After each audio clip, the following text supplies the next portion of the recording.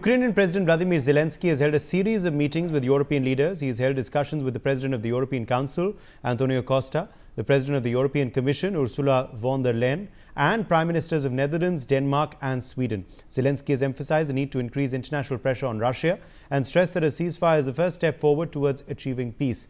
The talks also focused on bolstering military support, enhancing Ukraine's air defense and defense production capabilities, and accelerating Ukraine's path towards European Union membership.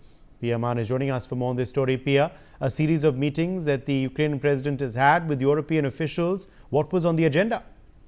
You know, the visuals you can see on your screens, they speak for themselves. A slew of meetings have been held in Europe itself. Ukraine, key focus. They've, of course, focused especially on bolstering Ukraine's defense capabilities. We've been seeing Trump, of course, has been hesitant over the last couple of weeks, though he did meet Zelenskyy at the Sistine Chapel during the funeral of Pope Francis. But since then, of course, several European leaders have come forth again, backed Zelenskyy. There have also been several one-on-one meetings that have been held apart from this meeting that you can see on air currently. But of course, you know, what's in focus is, in fact, Kiev is hoping that, you know, they can get funds for their war against Russia, including from banks, including, you know, from oil, energy, metallurgy, and the shadow fleet itself. They're also looking at a pathway into joining the European Union itself. Remember, you know, Russia, in fact, is really concerned about this, and it's not just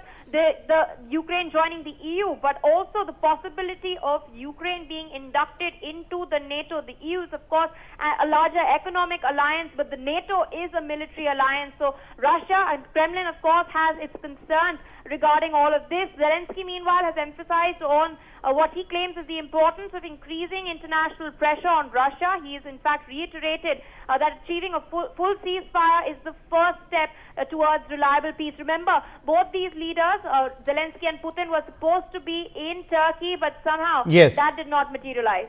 All right, Pia, thank you for joining us with those updates. On that note, slipping into a short break.